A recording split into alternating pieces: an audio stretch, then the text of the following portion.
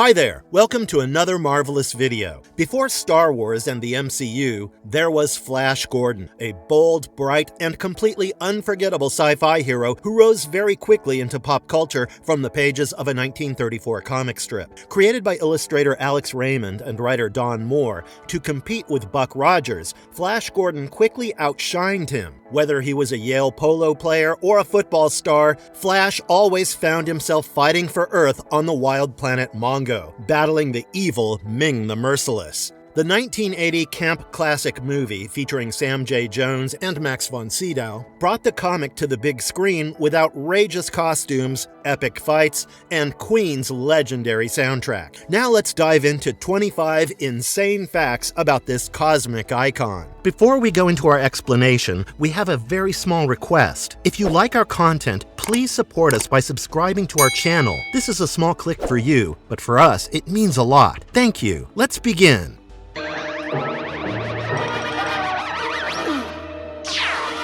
Flash Gordon accidentally gave us Star Wars. Here's the wildest twist in sci-fi history. Star Wars only exists because Flash Gordon didn't. Back in the early 70s, after the success of American Graffiti, a cult classic, a young George Lucas wanted to make a modern version of Flash Gordon, the space hero he grew up watching. He approached King Features Syndicate to get the rights, but when the deal fell through, Lucas made a bold choice. He'd create his own space saga. The result? Star Wars 1977. You can still see Flash Gordon's fingerprints all over Star Wars. The brave young hero, the over-the-top evil emperor, and that dramatic opening crawl. Luke Skywalker? He's got the same wide-eyed bravery just like Flash. Emperor Ming? Imagine him as Darth Vader's grand, slightly eccentric grandfather. Lucas didn't just copy what he loved. He gave it with depth, heart, and meaning. And the real twist? Flash Gordon, once the king of sci-fi, is now best known for inspiring Star Wars. And that's pure legacy, one great hero passing the torch to the next. Fellini almost directed Flash Gordon. Before Flash Gordon came out in theaters in 1980, producer Dino De Laurentiis had a crazy idea. He wanted the legendary Italian filmmaker Federico Fellini to direct it. Yep, the same Fellini behind classics like 8½, and La Dolce Vita. Can you imagine Flash Gordon through Fellini's dreamy, surreal style? It would have been a totally different movie. But here's the twist. Fellini politely said no. The campy, colorful sci-fi adventure just wasn't his vibe. Maybe a fun little homage or a low-key burn. The filmmakers named Princess Aura's pet Fellini. Whether that's a tribute or a playful roast is up to you. After Fellini passed, the movie found its way to director Mike Hodges, who gave us the cult classic filled with wild costumes, over-the-top acting, and Queen's legendary soundtrack. So here's a fun what if. What if Flash Gordon had been a Fellini film instead of a campy space adventure? We'll never know, but thanks to that pet's name, Fellini still manages to sneak into the film's world in the quirkiest way.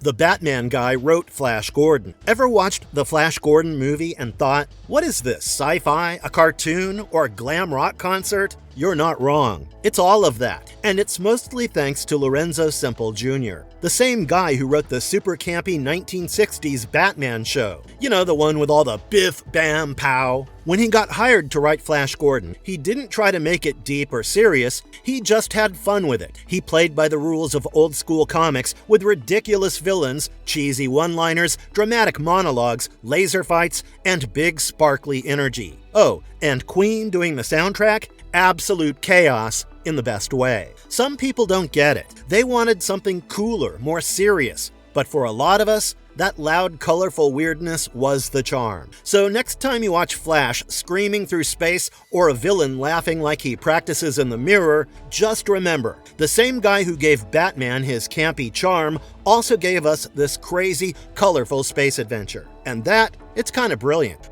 Flash Gordon reused props from Frankenstein and The Mummy. Here's a little Hollywood trivia for you. The original Flash Gordon serials in the 1930s didn't invent their sci-fi universe entirely on their own. Nope, they actually took a lot from other Universal monster films such as Frankenstein, The Mummy, and so on. Back then, studios were all about saving time and money, so reusing sets, costumes, and props was just how things worked. So when Flash Gordon needed creepy labs, spooky temples, or futuristic gadgets, they didn't build new ones, they just raided the storage rooms. That creepy mad scientist's lab? Totally from Frankenstein. Those shadowy hallways? Chances are Boris Karloff once wandered those same spots as the Mummy. This recycling wasn't just clever budgeting. It gave Flash Gordon this oddly spooky, gothic vibe that made it unique. It was like mixing space adventure with a touch of classic monster movie chills, even if no one planned it that way. So next time you watch those old serials, keep an eye out. You might just catch Dracula's castle sneaking in as Mongo's palace. Turns out, even Flash Gordon needed a little monster movie magic to save the day. Ming the Merciless had a dark, real-life origin. Ming the Merciless, the classic cold-blooded bad guy from Flash Gordon, didn't just happen. He was actually based on two very different things: the historical figure Genghis Khan and some fairly outdated, even racist notions of the early 20th century. In the 1930s, the world was fascinated and terrified by the prospect of powerful Eastern empires. And so when Flash Gordon was being created, the writers combined the yellow peril fear, a racist stereotype in Western society, with the figure of Genghis Khan, the Mongol conqueror who had conquered half the world. The result? Ming, a science fiction villain who was exotic, brutal, and larger than life. To people at the time, Ming was simply the ultimate villain. But in retrospect now, it's obvious he was shaped by the cultural prejudices and fears of his era. He remains one of the most famous villains in sci-fi, but also a reminder that even icons have a history that can be complicated and sometimes problematic. Flash Gordon's rocket was recycled from a failed sci-fi musical. You remember that old-school rocket ship shooting across space in the 1936 Flash Gordon serial? Well, as it turns out, it wasn't built for Flash. That rocket ship was reused from an entirely different film, a weird little sci-fi musical called Just Imagine, which was released way back in 1930. Yes, a science fiction musical. It attempted to imagine the distant future of the 1980s. Flying cars, space travel, the whole deal. It was flashy, ambitious, and well ahead of its time, but also somewhat of a disaster. The movie tanked, and everyone forgot. Except the Flash Gordon team. With a tight budget, they reused props wherever possible. So they cleaned off the old rocket, made a few modifications, and sent it into a new galaxy, literally. This forgotten film prop then became one of the most recognizable images in science fiction history. It's one of those behind-the-scenes gems, a reminder that occasionally all it takes is a new story to bring back old concepts. One movie's failure became another movie's legend, and that rocket, it's still flying high in pop culture memory. Flash Gordon was banned by Nazis and fascists. Believe it or not, Flash Gordon was not only perceived as a fun space adventure in fascist Italy and Nazi Germany, it was viewed as dangerous. The comic strip was indeed banned in those nations for being subversive. Why? Because it was about celebrating rebellion, and they could not allow that. Think about it. Flash Gordon was all about standing up to tyrants, overthrowing evil emperors, and fighting for freedom on distant planets. Sound familiar? To authoritarian regimes like Hitler's and Mussolini's, that kind of story hit a little too close to home. Despite being in space, the strip's message was plain: resist oppression, no matter how powerful your enemy is, and for regimes built on control and fear, that made Flash Gordon a threat. Meanwhile, children in America were dreaming of rocket ships and ray guns, and authorities in Europe were scared to death that this comic could incite actual rebellion. It's crazy to believe a comic strip would scare dictators, but that's the power of stories. Even in space, freedom matters.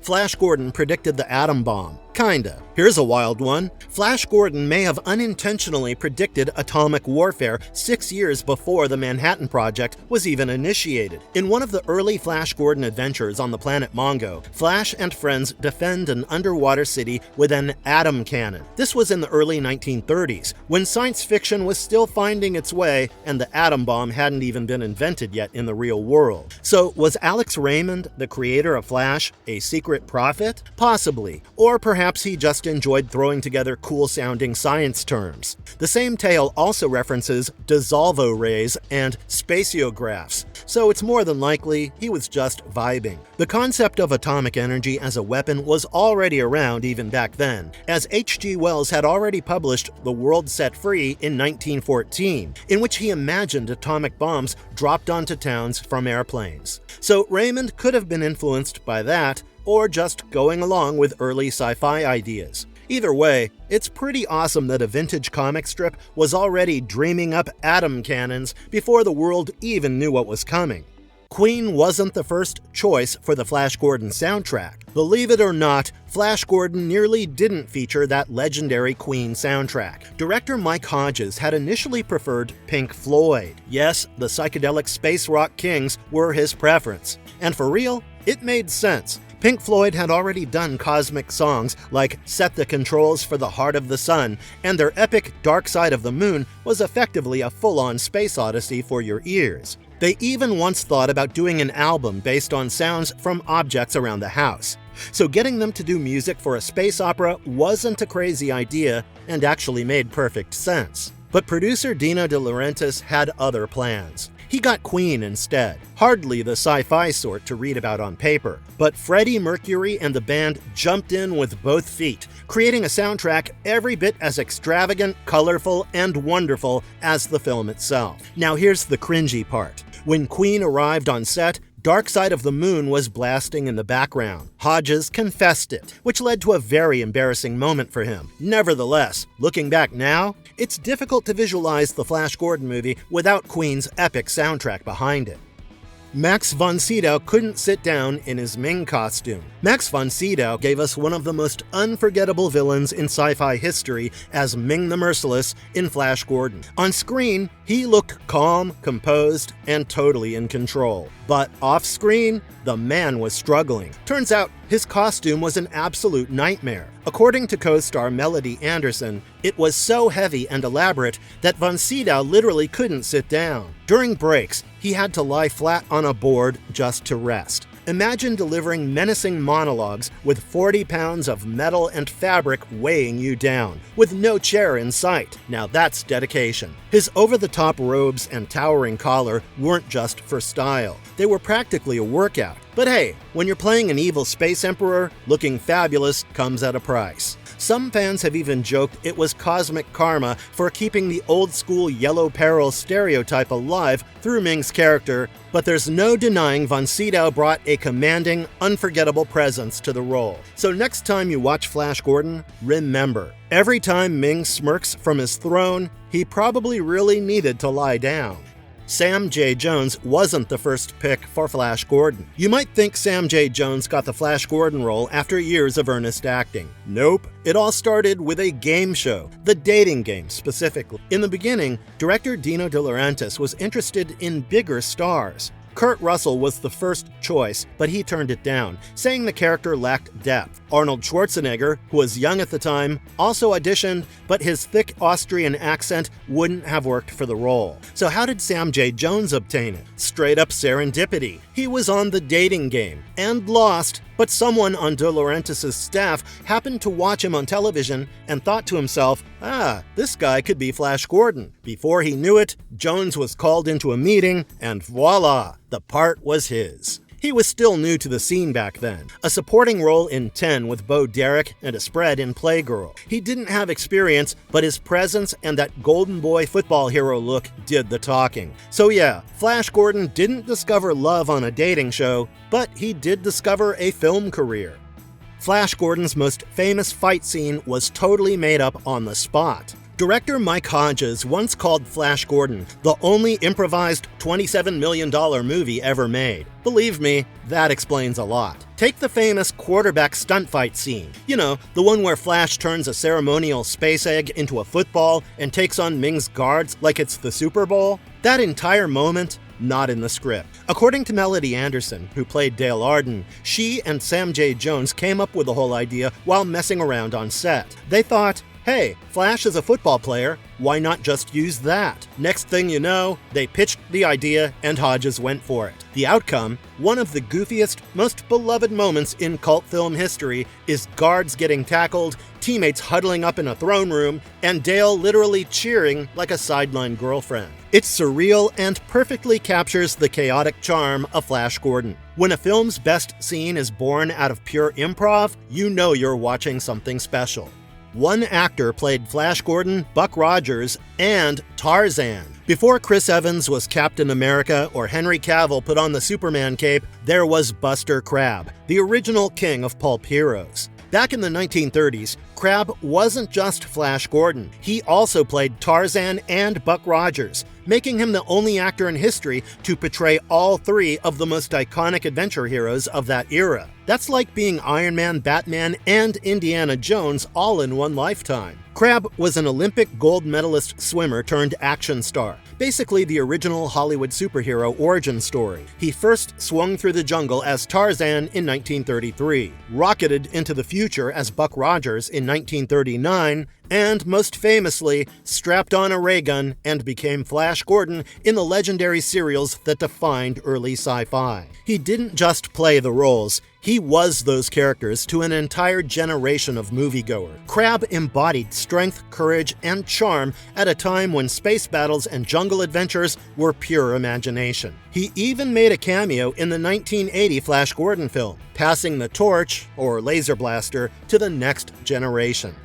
Flash Gordon only exists because of a rejection. Here's a small twist that changed sci-fi history. Flash Gordon was never supposed to happen. Originally, King Features Syndicate wanted to adapt John Carter of Mars, the classic sci-fi hero created by Edgar Rice Burroughs. Yeah, the same guy who gave us Tarzan. They tried to license the rights and totally failed. So what did they do? They said, fine, we'll make our own space hero. That's when they turned to illustrator Alex Raymond. Raymond was asked to create something bold and eye-catching, something that could compete with the rising popularity of Buck Rogers. In 1934, Flash Gordon hit the Sunday comic pages. He was handsome, brave, athletic, everything a pulp hero needed to be. And within months, he was a sensation. Funny enough, they missed out on John Carter, who ended up a cult favorite, while their backup, Flash, became a legend. It's one of those happy accidents of history. When one door closes, in space, another rocket is ready to launch. In 1939, you could ride a Flash Gordon rocket at the World's Fair. Okay, get this. In 1939, you could literally jump on a rocket ship and leave for another world, all thanks to Flash Gordon. At the New York World's Fair, they built an entire theme park ride just for the space hero. Flash Gordon's name was proudly shown above a giant spaceship-themed ride. With room for 150 people, the ride took you straight to Venus once it started. The ride had vibrating seats, motion picture screens, and sound effects. Basically an early version of 4D. Not bad for the 30s, right? The ride took you to a wild alien jungle filled with robot dinosaurs, mechanical monsters, and Martians in the most wonderfully weird costumes. It didn't match the serials or comics exactly, but no one cared. It was thrilling, bizarre, and pure retro sci-fi magic. Even cooler, this whole thing was next to the parachute drop in the amusement zone, so you could fall from the sky and fly to Venus in the same afternoon. Way before theme parks existed, Flash Gordon was already taking kids on space adventures.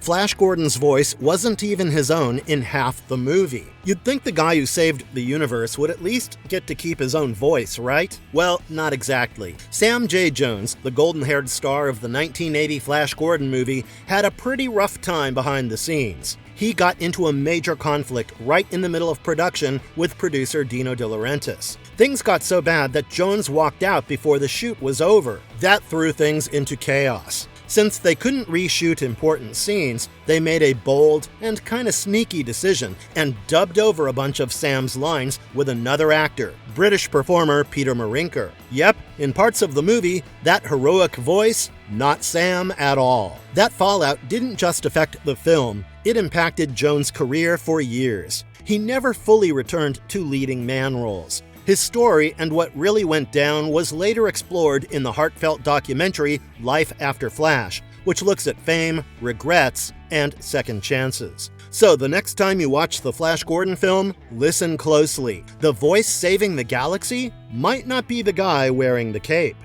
Taika Waititi might still bring Flash Gordon back in animated style. Flash Gordon might be pushing 90, but don't count him out yet. He might be getting ready for a comeback with a fresh new vibe. Back in 2019, news broke that Taika Waititi, the genius behind Thor Ragnarok, Jojo Rabbit, and What We Do in the Shadows, was working on an animated Flash Gordon movie for 20th Century Fox, now Disney. To be real, it felt like it was meant to happen. Thor Ragnarok came the closest to matching the bright, campy, over-the-top vibe of the 1980 Flash Gordon movie. With animation, there'd be no holding Taika back, just full-on space chaos and vibrant color, straight out of his head. The only issue? Time. Between Thor, Love and Thunder and his ever-expanding film list, the Flash Gordon reboot seems to have stalled. Some even wonder if it's quietly been shelved. Even so, fans are still hoping. If anyone can make Flash's return bigger, bolder, and funnier, it's Taika. If and when it happens, you can count on us being first in line.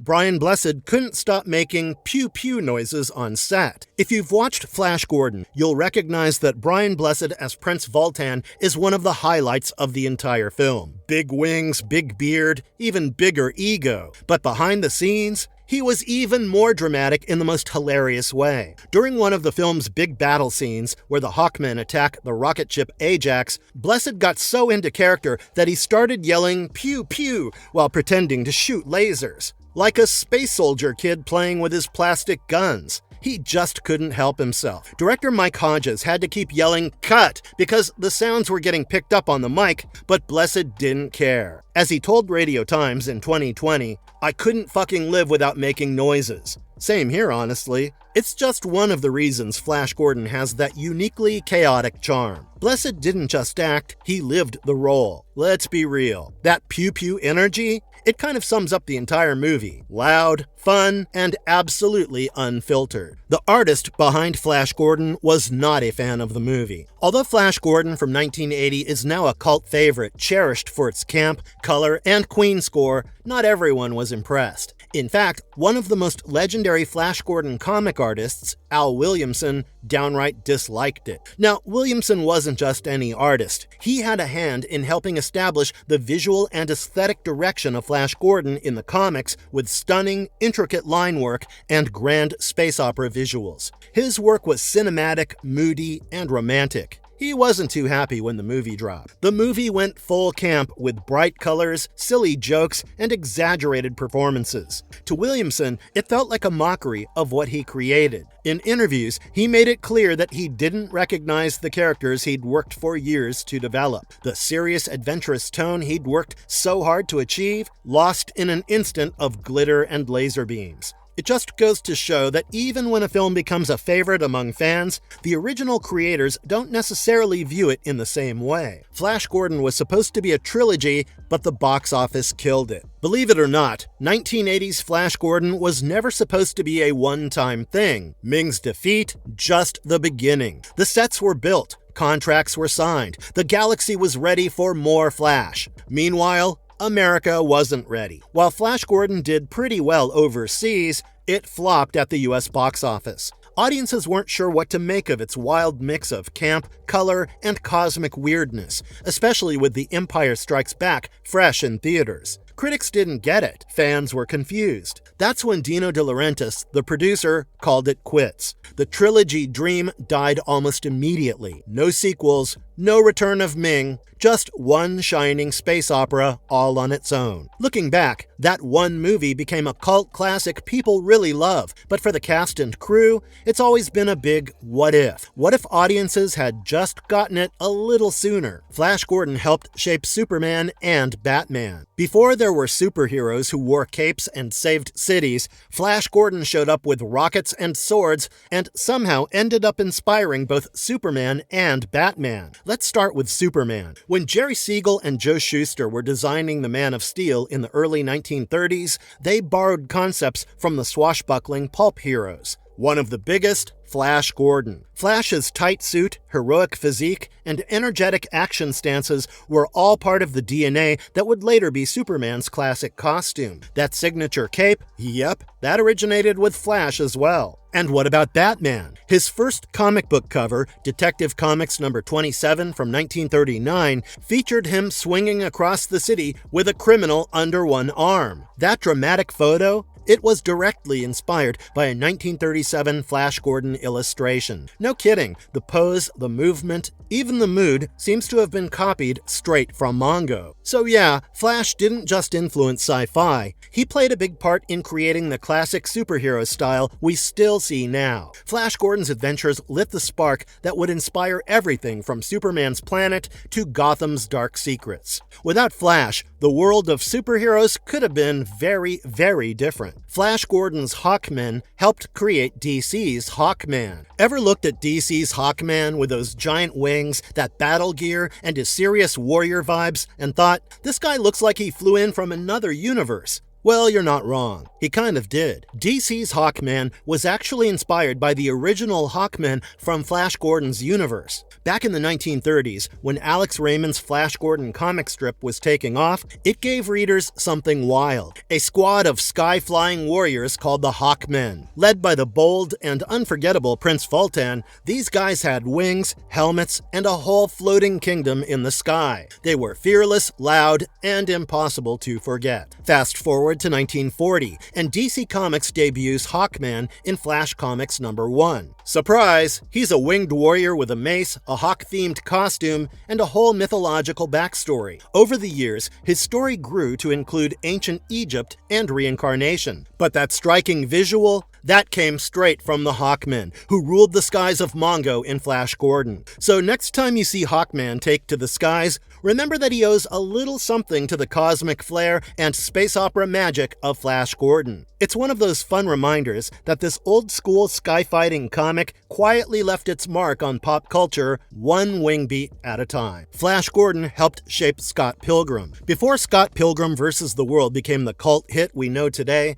director Edgar Wright was soaking in all kinds of visual inspiration. And one of his biggest influences? The gloriously over-the-top 1980 film Flash Gordon. Wright has openly called it one of his favorite movies of all time. In fact, he listed Flash Gordon as his #1 influence on Scott Pilgrim in an interview with Kotaku. The reason? It's bold, colorful, and doesn't hold back. That vibe is everywhere in Scott Pilgrim, from its wild fight scenes and comic-style visuals to its epic sound design. Wright borrowed that unapologetic, campy energy and channeled it into something new, fusing retro pulp with video game chaos. Both films live in their own stylized universes, where logic takes a backseat to fun. So if you ever felt like Scott Pilgrim was a comic book exploding onto the screen, thank Flash Gordon. Without those space operas from the past, we might have never gotten the 8-bit brilliance of Scott's world. Flash Gordon did his own fighting. Sam J. Jones wasn't just a pretty face in a tight spacesuit. Standing 6 feet tall and athletic, he actually jumped into the action himself, doing a lot of his own stunts in Flash Gordon. Without many stunt doubles that matched his height, Jones ended up doing most of the fighting himself. The showstopper was the epic rotating disc brawl with Timothy Dalton. That spiky platform danced and spun nearly 10 feet in the air, with nothing but piles of cardboard boxes below. One wrong move and it could have gone bad, but Sam kept going. He later said those box stacks worked out perfect when he fell back, and avoiding whip strikes was just another part of the show. Sam also joined in for the fire stunts and whip fights, saying he'd feel real hits and immediately fire back. This wasn't just a stuntman, the fire guy can vouch for that. All that physical commitment gave the film an extra dose of grit and energy. In an era before CGI, having your lead actor actually fight for it made those scenes pop just that much more. So when you watch Flash launch off that disc or dodge a whip, just know it's Sam J. Jones doing his thing and keeping it real. They filmed Flash Gordon while the studio was flooding. When you think of Flash Gordon, you probably picture laser blasts, wild costumes, and intergalactic drama, not a flood. During the 1980 production, a plumbing disaster on set turned parts of the studio into a soggy mess, soaking costumes and even frying some of the electrical cables. But did the crew panic? Nope. Instead of shutting down, they kept filming. That's right, huge puddles formed under prop satellites, and even the mink parasols got drenched.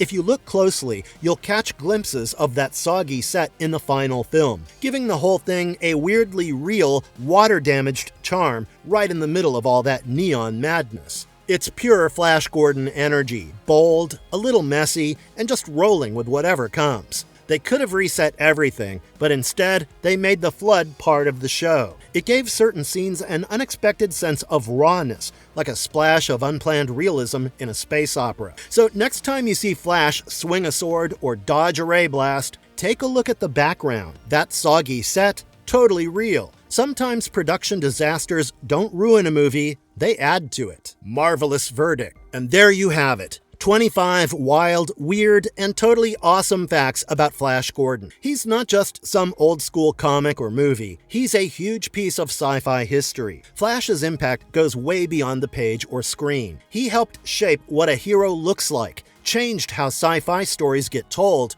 and wasn't afraid to push boundaries. Then there's the 1980 movie, packed with Queen's unforgettable soundtrack, wild costumes, and a set so crazy it literally flooded, and they just kept filming like champs. Even now, directors like Taika Waititi want to bring Flash back to life with animation because his story still speaks to anyone who dreams big, loves to laugh, and isn't afraid to jump headfirst into the wild and weird. Thanks for diving into these insane Flash Gordon facts with me. If you had fun, don't forget to like, subscribe, and drop a comment with your favorite Flash moment. Until next time, stay awesome and keep looking up at the stars.